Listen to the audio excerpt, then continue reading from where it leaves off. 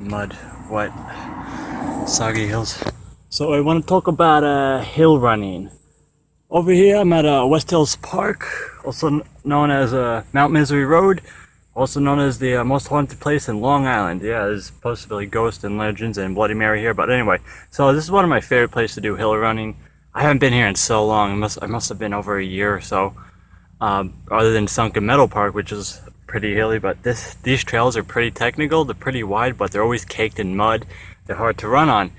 And for those kids in high school, in your summer, I want you guys to build a base of running slow, easy mileage, but it doesn't always have to be in the sense of easy, but you still should be breathing hard on some runs. And the way to run slow and breathe hard is to do a lot of hills. So you build that strength and you build that cardiovascular system. Now, you may want to start off with doing 6 miles, 4 miles, or whatever, and you're building up. In high school, I was doing like 10 miles a day every morning, and I did one run, and 10 miles is a good amount. It's over an hour of running. I'd say anywhere from an hour to an hour and 45 minutes or an hour to 2 hours of a morning run to get the maximum benefit of, the workout that benefits your heart muscle. And when you run in the aerobic zone for over an hour, that's the sweet spot. The sweet spot is usually an hour and 30, hour 45. After that, it kind of plateaus, or the curve of diminishing return kind of levels off a little bit. So, I do anywhere from 14, 16, 12 miles every morning. First year in college, I did about, one run a day, and I started doing doubles, and that's where I got doing like 12 and 8, 14 and 6, 14 and 8, and over 140, 160, 180 miles a week.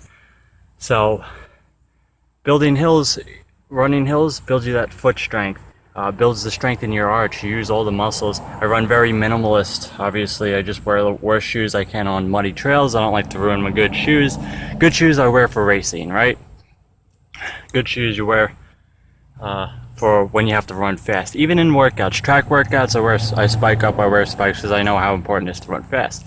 On days you got to run slow, wear whatever thing you want on your feet: sandals, trainers, minimalist running shoes. I choose New Balance a lot, or Mizuno's are good for me.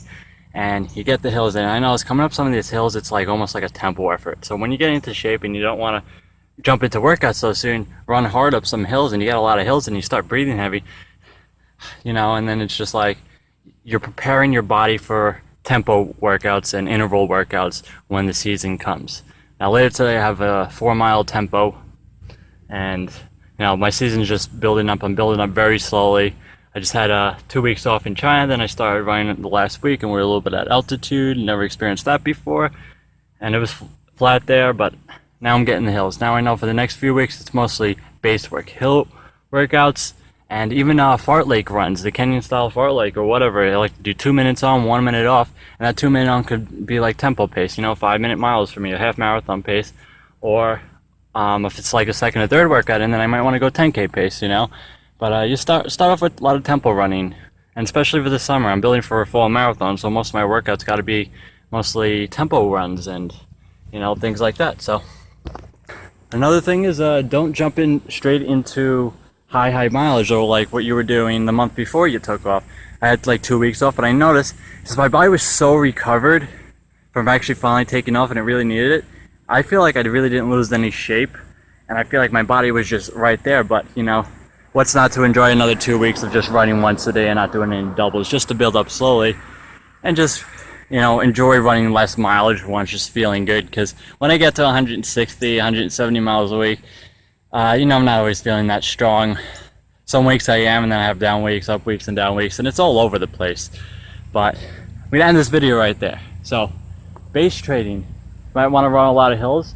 If you're new to altitude training, I never really did it. You might want to do that in your base season, because you can't really run as fast as that in altitude, and you can't even run as fast as on hills as you would on the flat. So since summer is the perfect time to run slow along, you do a lot of hills, you find a nice mountain to run up, or whatever you got, or just long, easy mileage, and you could do a little bit of fartlek running and push up the hills a little hard to mimic tempo running. So never stop running, always inspiring. El Coyote Loco.